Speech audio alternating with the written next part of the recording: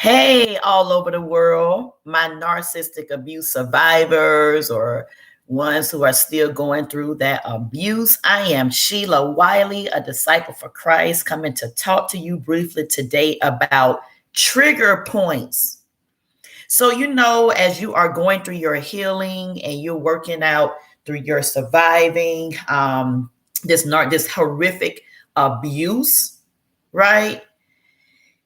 You sometimes, whenever you're relating to other people, and you may be able to attest to this, when you're relating to other people, there may be things that they perhaps do, say, or even actions that brings your thought pattern back to how the relationship was with the narcissist. So what I mean is different things that used to occur while you were with that demonic force, that narcissistic imp, somebody who you're having a relationship with or even correspond with now, some things that they may do may trigger and get your thought pattern back to that bad lifestyle that you were living, or those bad or that bad part of your life that you no longer want to remember, or maybe that part of your life that you perhaps thought that you had forgiven yourself or forgiven that person, or actually just forgotten about.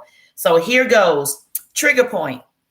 So I was talking to a friend of mine the other day, and basically one thing that the narcissist did when he was love bombing me, he had a pattern. I knew his pattern. I knew, when he was going to bed. I knew when he was awake. I knew when he was getting ready to go to work. I knew when he was going to call me. I knew how often he may call me. I didn't know the exact time, but I know it was always throughout the day. I knew that he was always going to send me text messages. So what happens is when that narcissist get out of that pattern, you're beginning to wonder, like, in the beginning, it's like, okay, you don't really think about anything. However, if this change of pattern begins to keep up, then you may say, hey, what's going on? You're wondering in the back of your head, what is this change? Is this change why such a significant change? Why such a quick change? And you're wondering like, what's going on? That's something that I did. So now when I was relating to a friend of mine, coming up to speed, when I was relating to a friend of mine, a current friend of mine, this person too had a routine where they would contact me at certain times. We would talk at certain times. And then that pattern, I had gotten used to that pattern because that pattern had been the same over a series of months. Some of y'all may be able to understand what I'm talking about, where I'm coming from. And then all of a sudden, boom, week one came, and I began getting messages like, oh, I'm sorry. I've been so busy. And, now this person is reaching out to me much later. So here's the trigger point. I'm relating what this current person is doing, or the current person's actions, to what the narcissist was doing back when he and I were together. So remember, the narcissist, they have a pattern. The pattern does not change. It goes the same way, and you begin to learn them. Then that pattern begins to change.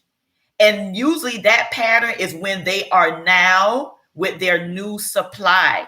That pattern is now when they are spending time with that new supply. So that time that narcissist was giving you, when they had that pattern, right? Okay. So notice, if his pattern or his or her pattern begins to change, know that it's somebody else who is supplying or who is meeting his or her need at that time. And so then just know that after that pattern has been changing, soon that discard is gonna come. Okay. So it's going from the love bombing to the devaluing to the discard. All right. So now coming back up to speed with my new friend, because right now the purpose, you don't want to get stuck not trusting anybody else, because that's where I'm at right now. I'm kind of in between trusting people again due to the impact that narc had on my brain. I'm in between trusting people and not trusting people. So when that trigger point came up, in the beginning, I was trusting this person. But when that trigger point came up, my trust level began to dwindle a bit. Now I'm shaky with the new person. Okay. I'm shaky with my new relationship. This goes for anything, whether it's a relationship with your coworker, your boss, whomever it may be, your new lover, a relationship that you're in, anybody, your trust level begins to go down because those trigger points from what you remember from how the narcissist treated you and his actions, right? It ended up being something bad. It ended up being you being tossed out with you not knowing why you were tossed out. So now when I'm corresponding with this new person, the pattern had been there consistently. I'm doing well. And then after that, I really was not hearing from the person the way, within the same pattern. And then the excuses with this new person began to come. So right there, my trust level began to go down. So what I had to do was, in order for me to to continue in my healing, I literally had to pull this person aside and actually have a one-on-one conversation with this person and let them understand, or actually help them to understand, that I had been abused by a compulsive liar, by somebody who had really, really, really started out, fooling me, thinking, and I'm thinking that that person was loving me, but they were really not. So I really had to go into explaining to my new person or my new friend, what had happened to me, and that I had a trigger point. So it's okay as you're going through your healing, if whomever you relate with, right? It is okay for you to share with them your story, because if that is a true friend, they're going to wait.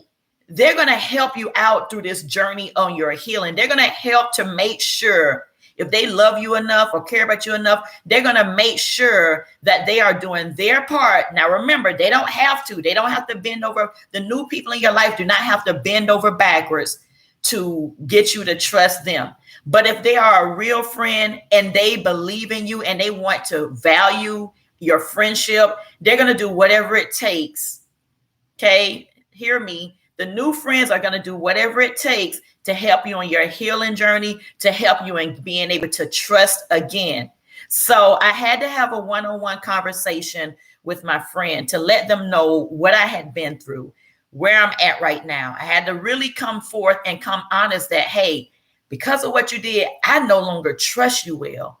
I do not trust you well at all. So I really had to be honest with myself. I had to be honest with that person. And once they began to understand my rationale behind what I'm doing, I let them know that, hey, I'm not trying to keep tabs on you, but here's where I am in my mind. And so once I really came forth and truthful with the person, because they really value my friendship, because they really love me and care about me, they decided that they would do whatever it takes to allow me or to help me to begin trusting again. So remember, trigger points may come up when you are in your new relationships. Doesn't matter what type of relationships they are, but you want to keep focused on your healing journey. Don't allow that narcissist to get into your brain to the point of where you can no longer move forward with your life or with new friends. Hopefully this has clarified or actually helped you. Feel free to subscribe to my channel, please. Share this video with someone who you feel may need it. Also, if you have any questions or comments or need me to elaborate more on this example, please say something to me. Please communicate with me. I do love the engagement, and I'm here to help. All right. Be blessed. Have a great day.